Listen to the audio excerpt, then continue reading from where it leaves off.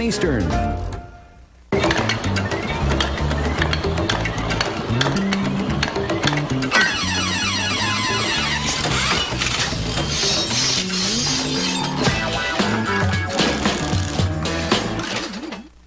It's time for more of Game Show Network's 12 Games of Christmas, a Yuletide celebration of classic game shows. And what better way to make it a white Christmas than with your holiday hostess, Betty White. You know what they say, it is better to give than to receive. So why didn't they give me a real tree? Anyway, let's go back to 1990 for a Christmas game show hosted by Football Hall of Famer Lynn Swann. Now, here's your play-at-home question. Which comic strip did guest Hank Ketchum create? I'll be back later with the answer. Until then, get ready to learn all about the Ho-Ho Hotline on this holiday episode of To Tell the Truth. Would I lie to you? Glade Plug-in Scented Oil for freshness that lasts up to 60 days and won't fade away.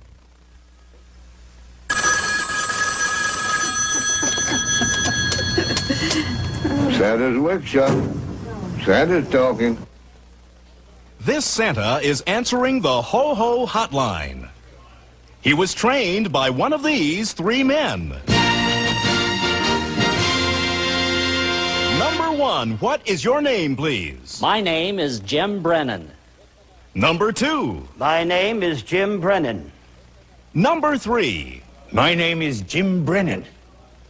Only one of these people is the real Jim Brennan, and is the only one sworn to tell the truth.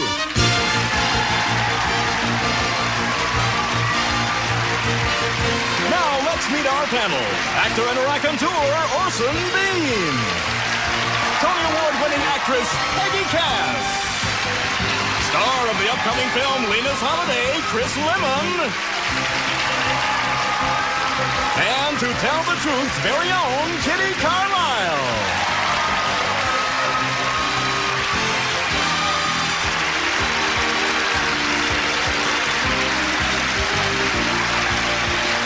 Here's the host of To Tell the Truth, Lynn Swann.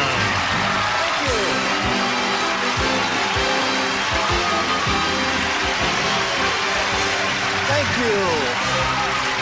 Hello, everyone, and Merry Christmas to you all, especially you, Marie Trammell, up in Greene County, California. Panel, Merry Christmas. Merry Christmas. Did you all get what you wanted? Yeah. I always do. You always do? I always get what I want because I asked for it. And that is the way to go. I'll tell you what, let's get right to the story presented by our first team of challengers, all three of whom claim to be Jim Brennan. And here is his story. Please, read along with me. I, Jim Brennan, believe in Santa Claus. I organize the Ho-Ho Hotline. It's a call-in program with more than 1,000 volunteer Santas and Mrs. Santas. All of them live in retirement homes, and some are in their 80s and 90s. Our Santas take a required training course at the Ho-Ho Academy. After all, Santas must have convincing ho-ho-hos, know all about the latest toys, know all the reindeer names, and, most importantly, perfect the gentle art of making no firm promises. Children's requests range from the hottest toys to baby brothers and sisters, jobs for parents, and food for Christmas dinner. We answer over 500,000 calls on an 800 toll-free number, and each call ends with Santa saying, "Merry Christmas, I love you." Signed, Jim Brennan.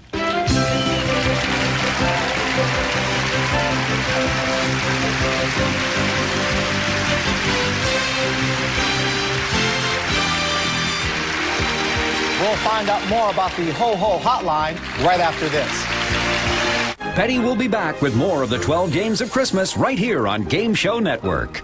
Powered Colgate Actibrush is clinically proven to clean teeth better than an ordinary toothbrush. Sounds good, doesn't it? For just $19.99, the new Colgate Actibrush, the power to clean better. Welcome back, everyone. All right, panel. All three of these people claim to be Jim Brennan, and he has a Ho-Ho Hotline to Santa Claus. Kitty, we'll begin the questioning with you. Number one, when did you start this? In 1981. And number two, how come these old folks know all the names of the latest toys and the reindeers and everything? They must be very extraordinary old folks. They are, and I teach them. I have classes just before the holidays to teach them what are the latest toys that the children And will number call. two, how old are you? Ageless. Number one, how do you tell children firmly but that they're not going to get what they're asking for? Santa will do everything he can. There's so many children all over the world. He'll do the best he can. Oh, that's very nice. Kitty, thank you. Chris. All right, number one, you say you have a training course. What is involved in that training course? Teach them how to say ho-ho and make no promises. I see. And number two, what were the hottest toys this year? The Ninja Turtles, the Bart Simpson doll. And number three, I'm noticing your eyes moving a lot. Do you drink a lot of coffee? Sometimes, yes. No, I'm just joking. You said you started the Ho-Ho Academy in 1981. Have there been any interesting incidences that have happened over the last 9 years? Yes, several. I'm not sure that I can tell them on the air because they might be picked up by the people who said them. Number one, can you answer that question? Oh, time is up. Thank you. Peggy. Number one, what are the names of the super mutant turtles? I don't have to know the names of the turtles themselves. I didn't ask you about that. I mean, I just thought maybe you would know them. Number three, how are you on the Santa's reindeer? Name four. Dasher, Prancer, Vixen, Comet. Oh, my dear, that's quite enough. Now, what number two, what toy says Kawarumba? One of the Ninja Turtles. Thank you. Number one, who pays for these toll-free calls? The Hillhaven Corporation. Thank you. Now, number three, when you have classes for 1,000 people, where do you hold them? Dodger Stadium? No, we hold them in the nursing homes that the people learn. Now, what is... Time is Mrs. up. Santa? Orson. Number two, do the volunteers dress up like Santa to answer the phone to get themselves in the spirit, or They not? don't have to. We train them well enough verbally on the phone to learn, but they have attitude and they sometimes dress up. Number one, do you have any Mrs. Santas? Oh, absolutely. So Many. a kid can call in and reach Mrs. Santa. Santa's outside, back behind the igloo, and well, that's wonderful. Absolutely. Number three, now, have you had any calls for the Milli Vanilli ventriloquist doll? That's a big one this year, no? No. None at all. Number... Yeah, they'll send you one, but you won't get the real one. Okay. Listen, that bell means the time is up, and it's time, panel, for you to vote for either number one, number two, or Santa Claus number three. Our team of challengers will receive $500 for each incorrect vote with a guarantee of $1,000. And if our panel is completely fooled, they'll receive $3,000. So, Kitty. I like the answer number one gave about what the children are told. I thought that was kind and firm, and seemed to me it would have satisfied me if I'd been a child. Chris. Well, I saw number one's eyebrows jump when Orson mentioned Nilly Vanilli, which leads me to believe that he is not the fellow. I just like the looks of number two. It's that beard is doing something to me, so I voted for him. Similar costumes, but the beards are all different. The beard Yes. got Peggy. Well, the only one who answered my questions right was number three. Number one didn't even know Donatello, and the other one, Bart Simpson, was the one who goes Katarumba or whatever that is. So I voted for number three, who, at least in Prancer and Dancer and the rest of them, I never can do this. There it is. Orson. Well, this is the single most wonderful day of the year, and that sounds like the most wonderful job in the year. I voted for number one. He convinced me. I'd hate to think that there's two Santa Clauses lying to me up there, but... Well, with the voting all in, number one has 2 votes, number 2 has a vote, and number 3 also has a vote. Now it's time to find out who the real organizer of the Ho-Ho Hotline is, or the real Jim Brennan. Please stand up. Here we go, number one. Listen, Jim, I forgot to put in my own personal order with Santa Claus for a gift. Can I put one in now? Well, it's pretty late today, but for the next 2 days, there's the Ho-Ho thank you line, and you can call and at least thank for some of the gifts that you've gotten. Oh, terrific. Well, I'll call him and thank him. Okay. Let's find out who your imposters are. Number 2, your name and what do you do? My name is Rip Taylor.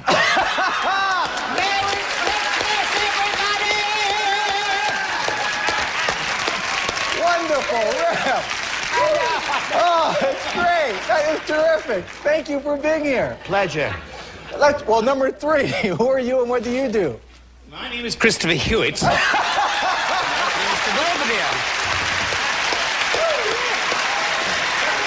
this is terrific. Absolutely terrific. What a delightful Christmas surprise. What? It's a delightful Christmas surprise having you Yes, both here on delightful, the hot show. one, but nice. You should see the sweat that's falling from my pits. Well, he's swimming. No, you shouldn't. Well, listen, you did a terrific job. There are 2 incorrect votes, which means your team will receive $1,000. Thank you all for being here on Christmas Day and playing on To Tell the Truth. We'll be back with a man who will be having Christmas dinner with his family for the first time. His whole family. It's Christmas Day on To Tell the Truth. We're back, so let's meet our next team of challengers. Number 1, what is your name, please? My name is Dean Gilbert. Number 2. My name is Dean Gilbert. Number 3. My name is Dean Gilbert. And panel, it's up to you to locate the real Dean Gilbert, and here is his story. Please read along with me. I, Dean Gilbert, found my brother and now my sister after a 35-year separation. When I was a baby, my parents fell on hard times, and unable to support 5 children, they made the heart-wrenching decision to put me and my baby sister up for adoption. For years, I knew I was adopted and yearned to see my family. On my 35th birthday, I hired a genealogist, and after months of combing through voting and public records, I found my parents. Then, I stumbled upon the phone number of a man I believed might be my brother. When I called, he thought I was kidding, but soon realized that I was his long-lost brother. Together, we located our missing sister. I've spoken to her on the telephone, and I can't wait to see her. This Christmas, we'll set a few more places at the family table for the members who are at long last home for the holidays. Signed, Dean Gilbert.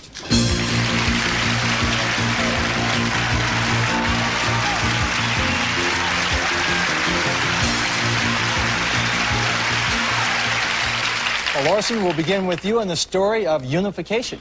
What a great story. Number 2, now, will you be having Christmas dinner today with one or more of these siblings that you haven't known before? The whole family. The whole family, all of you. Isn't that sensational? Yes. Number 3, what's your sister's name?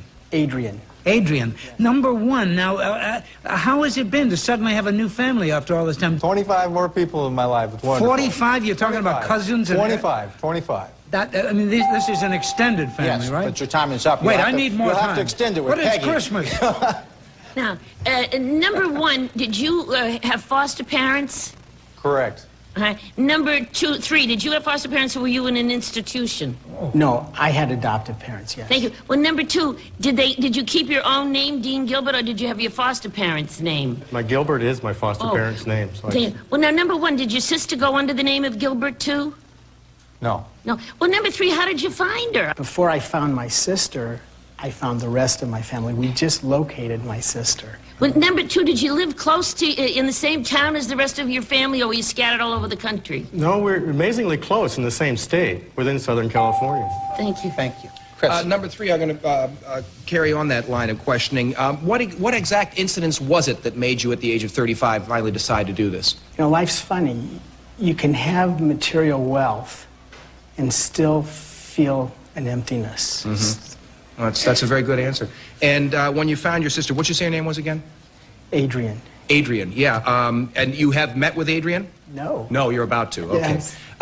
Number 1, how did you know that the genealogist had put you on to the right family to begin with? Was it in talking to them? Did you discover in their voices, or did you have to ask them any questions?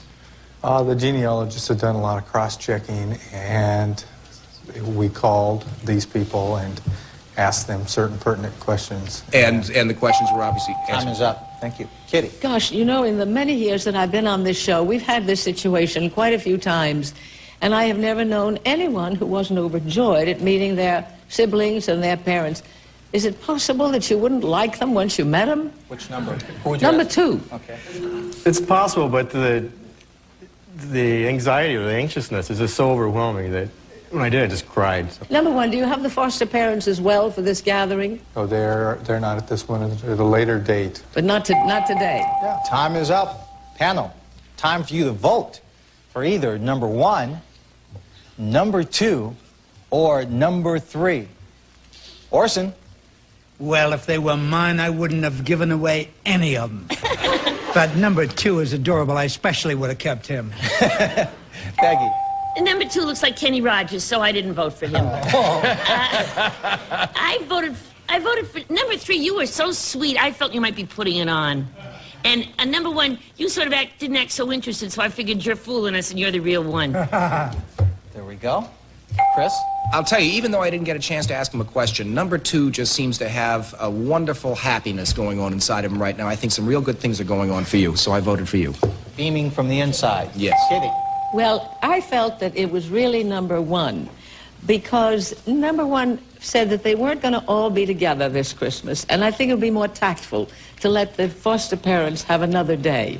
So I voted for number 1. Well, votes all in. Split between number 1, who has 2 votes, and number 2 has 2 votes. Number 3, you didn't get a vote. Well, now for the moment of truth. Will the real Dean Gilbert please stand up? Number 1. Number 1. Dean, we'll come right back to you. Let's find out first who your imposters are. Number 2, your name and what do you do? My name is Philip Hill, and I'm an architect. Wonderful. A happy architect. Beaming. Happy architect. Number 3. My name is Ed Franklin, and I'm a manufacturer's representative. I sell furniture to furniture stores. Wonderful. Well, there were 2 incorrect votes, and at $500 a vote, your team will receive $1,000. Now, Dean, let's meet the brother that you found after 35 years, John Johnson. Come on in, John. You guys, when you first saw each other, did you say, God, we look alike? We do. Yeah, that is great. I got to tell you something, Dean. You know, I couldn't wait for this moment. I've got to tell you, right now, I'm going to let you meet somebody. Her name is Jolene Swann. She's your sister. Oh, my goodness. She's standing right there. This is the first time they've seen each other in 35 years.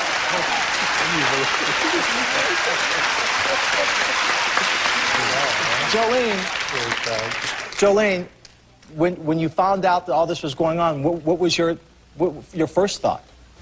Well, I'd been searching, so this was great. So it's all together. Well, this is going to be a great Christmas day for your family. I want you to enjoy it and remember it, and there's going to be a lot more down the road. Thank all of you for being here today on To Tell the Truth. We wish you the best. Thank you. We'll be back to play one-on-one with someone from our studio audience right after this. The 12 Games of Christmas hosted by Betty White will return after this. Now it's time to play one-on-one with someone from our studio audience. So, Burton, who do you have for us today? Well, Lynn, today we have Barbara Cohen from El Toro, California. Barbara, welcome to the show. Here's your chance to play one-on-one. I want you to meet a gentleman with 2 stories. Please welcome Mr. X.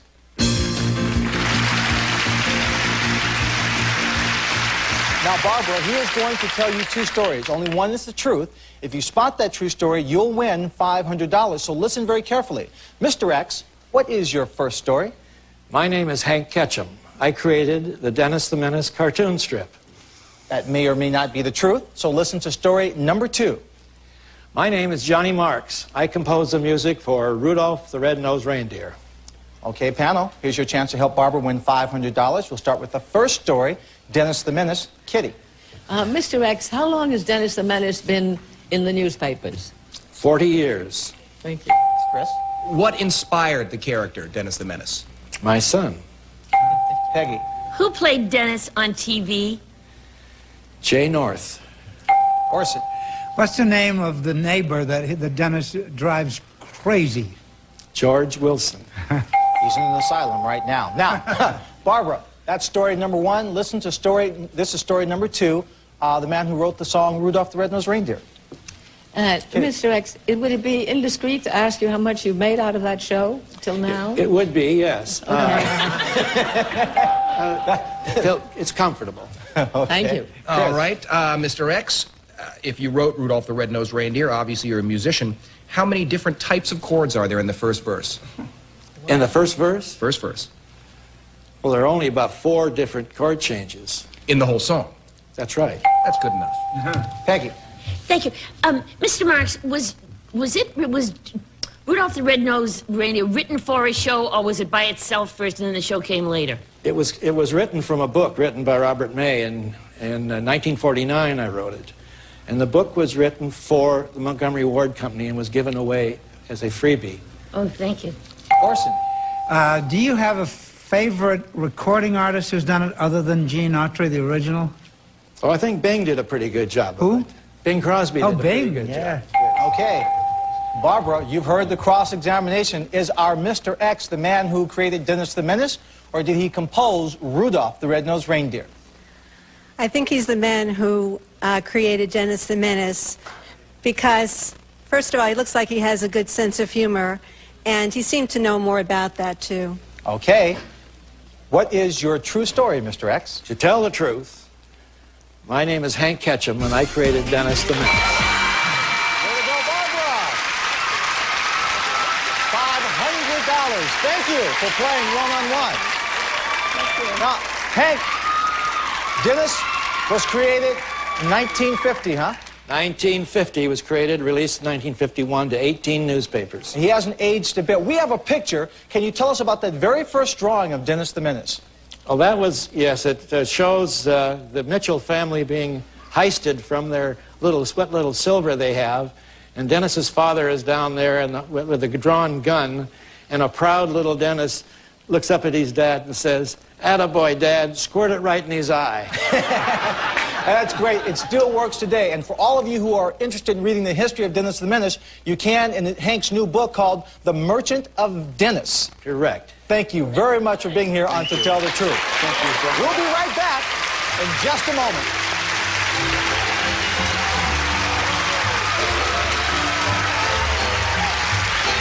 Petty will be back with more of the 12 Games of Christmas right here on Game Show Network.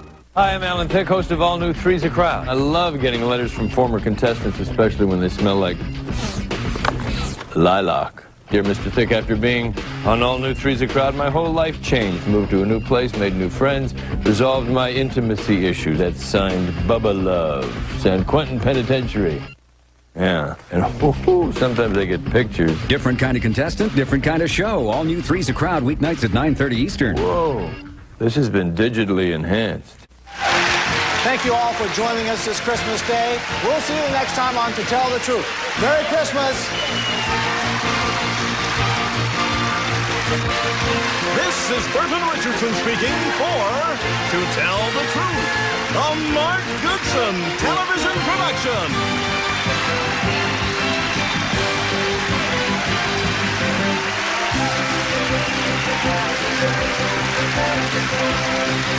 Thank you.